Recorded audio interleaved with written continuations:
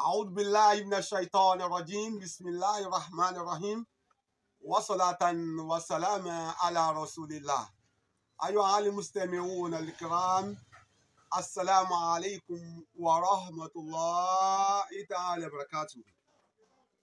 Àwọn sọ̀rọ̀ sí ọ̀dọ̀ Ọlọ́run níbi lábúrò ẹni ẹ̀kọ́ ẹni òfò ẹni àkàlákà. Àwa bẹ̀rẹ̀ pẹ̀lú orúkọ ọba Allah, ọba àjọkí ayé, ọba àsàkí ọ̀run. À ń tọrọ ìkẹ́ àti ìgẹ̀ fún aṣíwájú ẹ̀dá Ànábì wa Muhammad sallallahu alayhi wa sallam àti gbogbo àwọn sàhábà al-kiram tó dó lórí kẹ́límà la ilaha illallah.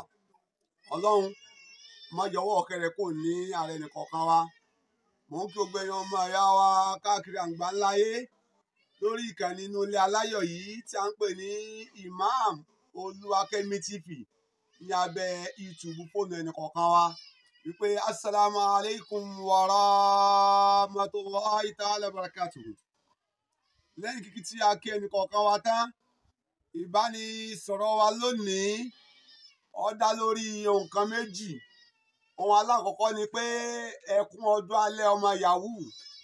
Ìyẹn ni àkọ́kọ́ o, ìyẹn lọ́wọ́lọ́wọ́ tá a wà láyé tá a wà ń sìn. Ẹlẹ́ẹ̀kejì náà ni kí ni ẹ̀tọ́ bàbá ọlọ́mọ àbí ìyá ọlọ́mọ, pé àwa náà tiẹ̀ ń gbó ọkọ ọmọ jáde, kí ni tọrọ ọmọ súnú ọmọ ṣíṣe nínú Islam. Lẹ́yìn ìgbà tí a bẹ̀rẹ̀ tán tí a kí yín tán, àkọ́rí wáàsí wa náà ni pé ẹkún ọjọ́ alẹ́ ọmọ yahoo. Ẹ̀yin ọmọ ìyá wa nínú Islam, ẹ dákun torí tọlọ́run, ẹ jẹ́ á tún ilé wa ṣe, ẹ jẹ́ á mójútó àwọn ọmọ wa dáadáa. Gbogbo nǹkan ń bàjẹ́ sí lójoojúmọ́ ni. Àwọn èèyàn ọ̀rọ̀ àtúbọ̀tán kankan mọ́. Ẹ lọ wọ̀ tún kẹ́ ẹ wò sí kẹ́ ẹ wò kẹ́kẹ́ ẹ wọlẹ̀. Àwọn èèyàn ń pariwo, wọ́n dẹ̀ ń kígbe, wọ́n dẹ̀ ń sunkún. Gbogbo àwọn tí wọ́n bẹ́ẹ̀ fi tipátipá lówó yìí náà, wọ́n lè lówó bọ́lọ̀ wọn bá fún wọn lówó. Ẹni tí wọ́n bá kówó mọ́ ní òlówó, ẹni tí wọ́n bá kọlá mọ́ ní ọ̀lọ́lá, bọ́lọ̀ wọn bá kọlá mọ́ èwo ní ìdààmú tó ń ṣe ìtorí tọlọ́run. Dáwọ́ kò ń bẹ̀. Ẹ̀yin náà lẹ́ ń lọ pààyàn, ẹ̀yin náà lẹ́ ń jẹ̀rẹ̀ èèyàn, ẹ̀yin náà lẹ́ ń mú ẹ̀jẹ̀ yẹn nítorí owó yìí náà. Ọjọ́ tẹ́kùn yẹn bá dé, Allahu Akbar. Ọjọ́ tẹ́kùn yẹn bá dé, káwọ́ lérí bá gbé ha irú ayé wo lẹ wá yìí o. Bí ẹ ti sunkún làwọn òbí yín náà máa sunkún, làwọn mọ̀lẹ́bí yín náà máa sunkún pé irú èwo leléyìí. Ọmọ ìyá mi wo náà dúró tọlọ́hun. Kéèyàn pààyàn lẹ́kún jàmá, ó ti náà padà sunkún. Ẹkún ọjọ́ alẹ́ ọmọ yahoo. Ìwọ yahoo tó ń gbó mi tó ń wò mí, ìwọ gẹ́gẹ́ mọ́ bá. Ìwọ tó ń wò mí tó jẹ́ yahoo yìí. Gbogbo ọ̀nà tó sí bí yahoo lọ́mọ náà, bẹ́ẹ̀ lọ́run kókò nù sí orí ibú tí ń ṣe yìí. Kì í ṣe déyìn máa ṣe dọ́jú alẹ́. Nínú àyá al-Qur'an, Ọlọ́run sọ fún sẹ́ńlá Ànábì wa Muhammad sallallahu alayhi wa sallam wípé bismillahir rahmanir rahim. La tufsidu fil ardi ba'da islahiha. Ọlọ́run ní ìrẹ́ Ànábì wa Muhammad sallallahu alayhi wa sallam sọ fún àwọn àlìhùmọ̀ rẹ̀, àwọn tí wọ́n tó lórí kẹ́límà la ilaha illallah. Sọ fún wọn kó pariwo fún wọn, ṣàlàyé fún wọn. Kí láti kó sọ fún wọn náà ní pé la tufsidu fil ardi. Ọlọ́run ní ẹ má bàyé jẹ́ mọ́. Èyí tẹ́ ẹ bàjẹ́ lánàá ó tó gẹ̀ ìdáwọ́ ń bẹ̀ ẹ má ṣe mọ́. Ẹ má ṣe mọ́. Gbogbo ilé ìtẹ́ ń ṣe yìí ìbànújẹ́ ni. Ẹ wá ń gọkọ̀ ńláńlá, inú yín wá ń dùn. Ẹkún ọjọ́ alẹ́ ni o, ọmọ yahoo. Gbogbo náà tó Allahu Akbar. Ẹ jẹ́ fún ìtàn kan, arákùnrin kan yahoo ni. Ó wá gbìyànjú orí iṣẹ́ èṣù gbàláyè. Ó wá yí inú òsì, ó yí inú ọ̀rọ̀, ó yí inú ìbànújẹ́. Nígbà tí ọwọ́ Ọlọ́run bá tẹ yahoo yìí, jàmá, ayé ká fi kẹ́kọ̀ọ́ o. Ká fi kẹ́kọ̀ọ́ dáadáa pé irú ayé wo leléyìí. Ọkọ lè wọ̀ láì kò dó gbénu ilé náà. Ọkọ̀ láti wọ́n sí inú ilé náà, òkú rẹ̀ wọ́n gbé lọ. Gbogbo èyí tẹ́ ń ṣe iná ẹ fi ń bayé jẹ́ ni. Ẹ̀yin náà ẹgbọ́n tí Ànábì wa Muhammad sallallahu alayhi wa sallam ẹgbọ́n tó sọ. Qala Rasulullah sallallahu alayhi wa sallam. Inna Allaha yu'azzibu alladhina yu'azzibuna an-nasa fi dunya. Ìtumọ̀ àdìsí tá a mú wáyé náà ni wípé ó ń sẹ́ńlá Ànábì wa Muhammad sallallahu alayhi wa sallam. Ó ń kígbe fún àwọn sàhábà al-kiram nílùú Madina pé èyí sàhábà al-kiram ẹgbọ́ o. Ó sọ pé dájúdájú Ọlọ́run, bó ṣe pé inna Allah, dájúdájú Ọlọ́run ló pé ó lọ́wọ́ mọ̀ fìyà jẹ àwọn kan. Wọ́n lè ya Rasulullah, àwọn Ọlọ́run mọ̀ fìyà jẹ. iná làwọn tí wọ́n ń fojú èèyàn ráre ní Nàìjíríà àbí àwọn tí wọ́n fojú ọmọ ànábì ádámọ̀ ráre. Gbogbo èyí tẹ́ ń ṣe yọ ọ̀ràn yín lọ́wọ́ kankan bí ó tilẹ̀ kọ́ mọ́ wàláhì ọ̀ràn yín lọ́wọ́. Àwọn ọmọ ilé ẹ̀kọ́ tí wọ́n ń lọ ilé ẹ̀kọ́ ẹ kidnap ẹ gbé wọn lọ, ẹ wá ń pa àwọn òbí wọn pé wọ́n mú wá ẹ pọ́n ọjọ́ alẹ́ ọmọ yahoo.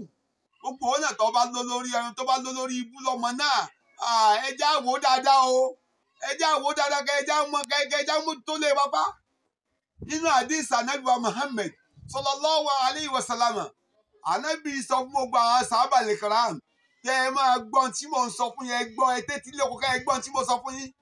Àwọn kan bẹ̀ ni pé oyin láàtú sọ yìí bí ńlá mùmínà wà látàkùtọ̀ ha maka ìlà tẹ̀kì. Àdìsí náà tó gẹ fún wa. Tá a bá tẹ̀lé àdìsí tá a sì mójútó dẹ̀mọ́ àmọ́ tá a bá ṣe nínú ayé wa ọ̀rọ̀ wọ́n dayọ̀ inú wọ́n dùn dọ́jọ́ alẹ́. Gbogbo ẹ̀dọ́gba àwọn náà pọ̀ mọ́ káàkiri ọmọ ẹ̀kọ́ ọjọ́ alẹ́ lélẹ́yìí ọmọ yahoo ẹ̀kọ́ ọjọ́ alẹ́ ni. Gbogbo àwọn tí wọ́n ń ṣoògùn fún yín náà àwọn náà padà sunkún náà ni. Àwọn tí wọ́n ń ṣàdúrà fún wọn náà àwọn náà padà sunkún náà ni. Ìwà ló dé. Ẹ̀yin náà ẹgbọ́n tánàbí sọ sallallahu alayhi wa sallam ó lè láàtú sọ yìí bí ìlà mùmínà.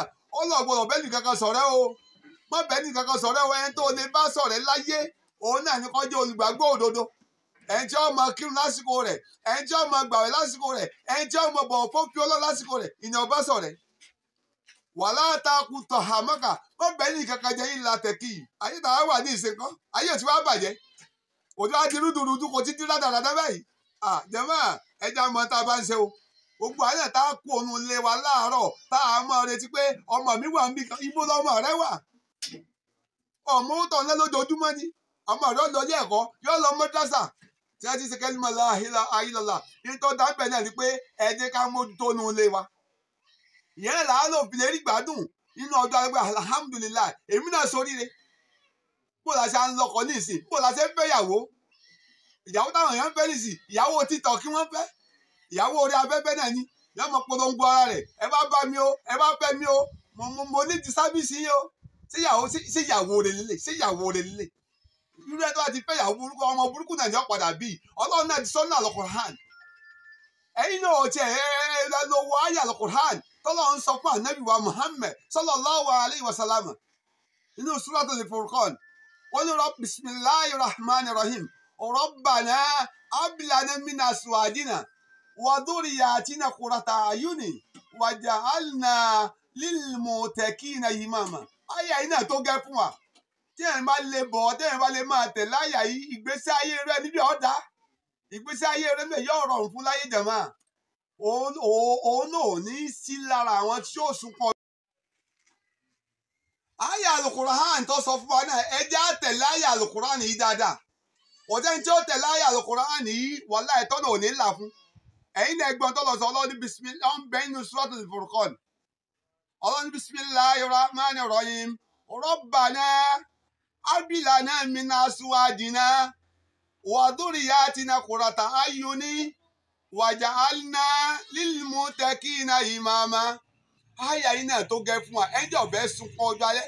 Àyà al-Qur'an náà ni ọ tẹ̀lé máa fi yẹn náà bẹ lọ́hùn lọ́rọ́ fi dayọ̀, máa fi yẹn náà bẹ lọ́hùn ló fi níyàwó olóríire, máa fi yẹn náà bẹ lọ́hùn ló fi lọ́kọ àlùbọ́ríkà, máa fi yẹn náà bẹ lọ́hùn ló fi ní ìlọsíwájú rere, máa fi yẹn náà bẹ ló fi ní ìfọ̀kànbalẹ̀ nínú ẹgbẹ́ Ọlọ́run ó ṣé o alhamdulillah. Kí ni ìtumọ̀ àyà yìí?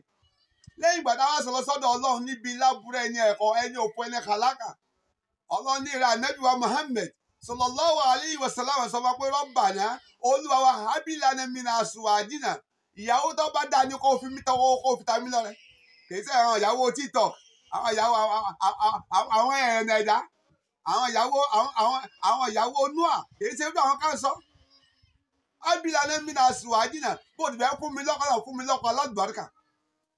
Rabbana hab lana min azwajina wa dhurriyyatina. Gbogbo ọmọ tó fi ta mí lọ́rẹ tí wọ́n lọ́ máa dùnnú fún mi, pàjẹ́ nǹkan abẹ́ jóná. Wọ́n fún mi lọ́mọ yahoo èso ọmọ olórí ibú lọ́mọ yahoo. Wọ́n èso ọmọ àlùbáríkà. Ẹ̀yin tó lọ́n ti bínú sí ni wọ́n ní gbogbo ọ̀nà. Nígbà tọkùnrin bá ń dirun jàmá àdẹ́wò ni. Nígbà tọkùnrin bá ń lutí jàmá àdẹ́wò ni. Inú rẹ̀ sì ń dùn pé ó bímọ ọmọ rẹ̀ ń lutí sójú ayé rẹ̀. Ó ti ẹ̀ dúnú. Sóde lélẹ̀ gèé sóríire. abúlé mi náà síwájú wà lórí ìyá àti náà kò ráta àyónè ọlọ́run gbọ́ ọmọ tó fún mi sí wọn lé ọmọ tẹ́ pé ìmọ̀ àrídùn ọlọ́run látara wọn wàjà alina lílmọ̀tẹ̀kìnà ìmáàmà ọlọ́run kò sí wọn láṣíwájú rere nígbà tó di ìmáàmù Mákà lónìí bàbá wọn bẹ lọ́run fún wọn ni ọlọ́run dẹ́ gbàdúrà wọn àti ìyàwó wọn fẹ́ yàwó TikTok wọn fẹ́ yàwó Instagram dẹ́mà lọ́mọ ìtọ́ bá ń ṣe tá a bá ń sọ pa pé bó la ṣe ń bímọ gẹ́gẹ́ ní Islam ọ̀tá gba bímọ pọ̀ o àwọn ọmọ orí afẹ́fẹ́ wà online wọn ti ń pàdé ara wọn irú àwọn bẹ́ẹ̀ kò lè júwe pé àbá wọlé lẹ́yìn àìmọye obìnrin míì náà ló gbóyún Ọ̀ṣun fọ́ba bí wọ́n ti mọ̀ pé ńlẹ̀ Yorùbá ẹ̀sìn já bẹ̀rù Ọlọ́run ògbélé iná ìjàmọ́ àdánwò ni o àkọ́rí wà sí ni pé ẹkún ọjọ́ alẹ́ ọmọ kí ni o ọmọ yahoo àti pé bò la ṣe ń ṣètò ọmọ gangan nínú Islam bí ẹ ń bá bímọ jàmọ́ àwọn ń bẹ̀ ni pé ẹ pèrò sétí ọ̀tún ọmọ ẹ ṣe àlèkọ́ ọmọ sétí òsì rẹ̀ lẹ́yìn ìgbà yẹn àpá tí wọ́n ń bẹ ládùúgbò tó jẹ́ wòlíì Ọlọ́run ẹ lọ gbọ́mọ yín lọ́ba yóò jẹ dàbídù tí ó pè táàmù nǹkan aládìídùn yóò fi sọmọ yẹn lẹ́nu lẹ́yìn ìgbà yìí tó bá jọkùnrin ẹ pa ẹran méjì tó bá jóbìnrin ẹ pa ẹran kan ní èsì sáà wọ́n ti bayé jẹ́ ẹran sínú ọmọ tí wọ́n fi ń mú àwọn àpáta ẹ̀kọ́ jẹ ẹran tí wọ́n ní jẹ́ àwọn jẹ̀mọ́ tó wá bá yọyọ pọ́n wọ́n ní bá wọn jẹ kankan bẹ̀ wọ́n pa àwọn ṣàṣàṣù ìyàwó lẹ́ ń ṣe tí ọ̀la àlùbáríkà tọ́lọ́wọ̀ fọwọ́ sí kò sẹ́ni tí ọmọ ṣerú nǹkan báyìí ọjọ́ iwájú ẹ lágbára o bákan náà tí èèyàn bá bímọ ọkùnrin èyí yóò pa ẹran méjì nínú ṣẹ̀ríà Islam tí èèyàn bá sì bímọ obìnrin yóò pa ẹran odidi kan èèyàn àwòkọ tó dáa nínú òkọ àwọn nínú òkọ Ọlọ́run ní jẹ́ Allah Ọlọ́run ní jẹ́ Ar-Rahman Ọlọ́run ní jẹ́ Ar-Rahim Ọlọ́run ní jẹ́ Al-Qudus Ọlọ́run ní jẹ́ As-Salam Ọlọ́run ní jẹ́ Al-Mu'min Ọlọ́run ní jẹ́ Al-Muhaimin Ọlọ́run ní jẹ́ Al-Aziz Ọlọ́run ní jẹ́ Al-Jabbar èyí tó ti wá jẹ́ pé tèmi ẹ wà máa fi abudu kún yóò máa jẹ́ bí Abdullah yóò máa jẹ́ bí Abdulrahman yóò máa jẹ́ bí Abdulrahim èyí ò wọ́kọ̀ tó bá da nínú ọkọ̀ Ọlọ́run tẹ́ bá rí lè náà ẹ wà wá nínú ọkọ̀ àwọn ànábì Ọlọ́run Idrisu ara ànábì ni Yunus ara ànábì ni Ishaq ara ànábì ni Ismail ara ànábì ni Soliu ara ànábì ni Yahya ara ànábì ni Zulkifli ara ànábì ni Musa ara ànábì ni Isa ara ànábì ni tó fi dórí Muhammad sallallahu alayhi wa sallam àwọn ọkọ yẹn lè mú láì sọ pé bọ́ sọ́kọ yìí kọ́ máa jókòó àwọn ànábì Ọlọ́run ṣùgbọ́n ní ìsìn kọ́ creative flame náà ń lò àwọn ọkọ tí ò lákọọ́lẹ̀ kankan nínú Al-Qur'an àwọn ọkọ tí ò lákọọ́lẹ̀ kankan nínú àwọn sábàlẹ̀ kiram ó gbé ilé ìtẹ̀sẹ̀ ìrégbè ní ìwọ̀n èyí ṣe súnú ọmọ bẹ́ẹ̀ tí màá bímọ ẹ̀ tẹ́ pé èèyàn ti bọ́kùnrin èèyàn pẹrẹ méjì àbí àwọn aṣèké ni èèyàn bóbìnrin èèyàn pẹrẹ kan èèyàn àwọn lẹ́yìn ìgbà náà bò láti fẹ́ ṣe súnú ọmọ pín sọ́nà méjì sọ́nà mẹ́ta àkọ́kọ́ mẹ́ta wá bímọ tán ọjọ́ méje láàkà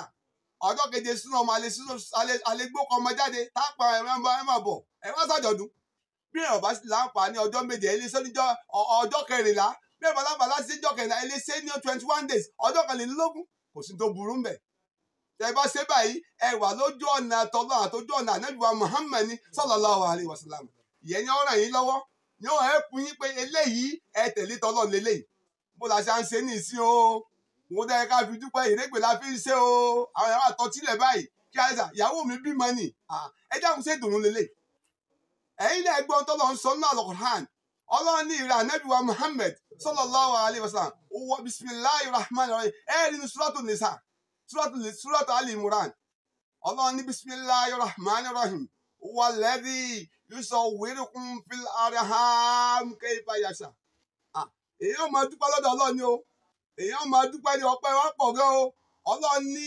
walladhi àníṣe Ọlọ́run tí à ń ròyìn rẹ̀ Ọlọ́run kò sí irú Ọlọ́run láyé àtiwájú ni o àtẹ̀yìn ni o àtọ̀tún ni o àtòsí ni o àti ẹ̀gbẹ́ ni o kò sẹ́ni tó dàbí Ọlọ́run yusawwiru fil arham kayfa yasha Ọlọ́run wá ṣe wè mí Ọlọ́run bẹ́ẹ̀ mo ṣe máa ń yàwòrán ẹ̀dá Ọlọ́run yàwòrán ẹ̀ lómi tí ó dá ẹ̀rọ ìgbà ìwọ sọ́lọ́ náà ló délé báyìí bó nílé ìsáárí báyìí sí ìyẹn náà sí lélẹ̀ yìí kayfa yasha ọwọ́ Ọlọ́run bẹ́ẹ̀ náà ni ká lójú ara pé Ọlọ́run dá bẹ́ẹ̀ náà ni ká létí ara pé Ọlọ́run dá bẹ́ẹ̀ náà ni ká lẹ́nu ara pé Ọlọ́run dá bẹ́ẹ̀ náà ni ká lẹ́sẹ̀ ara pé Ọlọ́run dá náà ni ká lọ́wọ́ ara pé Ọlọ́run dá bẹ́ẹ̀ náà ni ká níkùn ara pé Ọlọ́run dá bẹ́ẹ̀ náà ni ká ní dodo ara pé Ọlọ́run dá náà ni ká lálàáfíà dẹ́mà kayfa yasha kò sẹ́ tó dàbí la ilaha illa huwa kò sẹ́ tó dàbí Ọlọ́run Al-Azizu Al-Hakim dẹ́mà nítorí ìdílé ẹ mọ̀jà sayọ̀yọ́ o ẹ má jẹ́ ká ṣayọ̀yọ̀ bó tilẹ̀ ọ́ máa ká sì máa bọ̀wọ̀ fófin Ọlọ́run.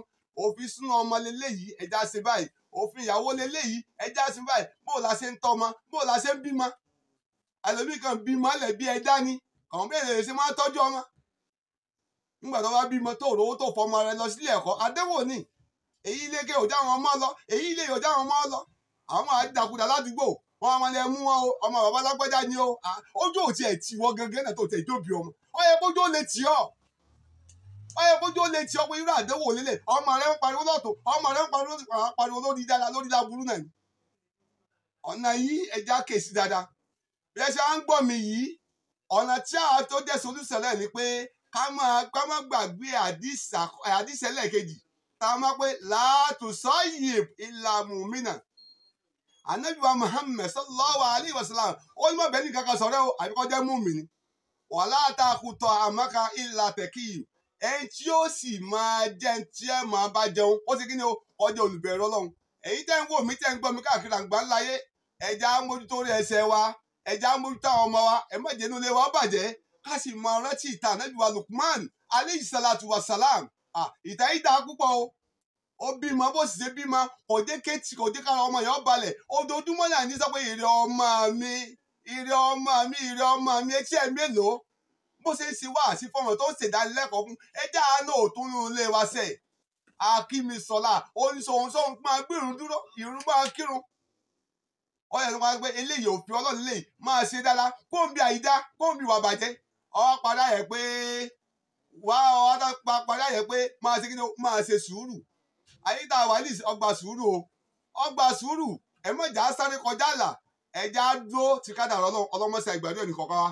Bí ẹ ṣe ń wò mí yìí ẹ̀yin náà gbìyànjú ẹ máa fọ́ káàkiri ẹ máa share rẹ̀ ẹ lọ sórí gúrúùpù yín ẹ lọ sórí Facebook ẹ share pé Imam Olúwakẹ́mi YouTube Imam Olúwakẹ́mi TV kẹ̀dẹ̀ tún subscribe sórí ẹ̀ bí ẹ ṣe subscribe sórí ẹ̀ tẹ́ǹtẹ́ báyìí gra tún máa tún share rẹ̀ lórí Facebook ní Instagram ẹ máa share rẹ̀ káàkiri ayé bẹ́ẹ̀. Ọlọ́run gbàdúrà kò sẹ́ni tí ọmọ share lecture yìí àánú ọlọ́gbàdúrà ọlọ́sẹ̀ kí ni o yọ ọmọ dé fún rẹ níbẹ̀ gbogbo ẹ̀yin tẹ́ ń wò mí tẹ́ ń gbọ́ mi lákàkiri àgbáńláyé ìdààmú ò ní sẹ́ni kankan wa o. Inshallah àwọn ọmọ tá a bí Ọlọ́run ó sì wọ́n ládùn fún wa, àwọn ìyàwó wa Ọlọ́run ò ní pa wọ́n máa lọ. Àwọn náà tá a jọkọ náà ọba Allah subhanahu wa ta'ala Ọlọ́run má fi jàmbá sí ẹ̀mí ẹnì kankan wa.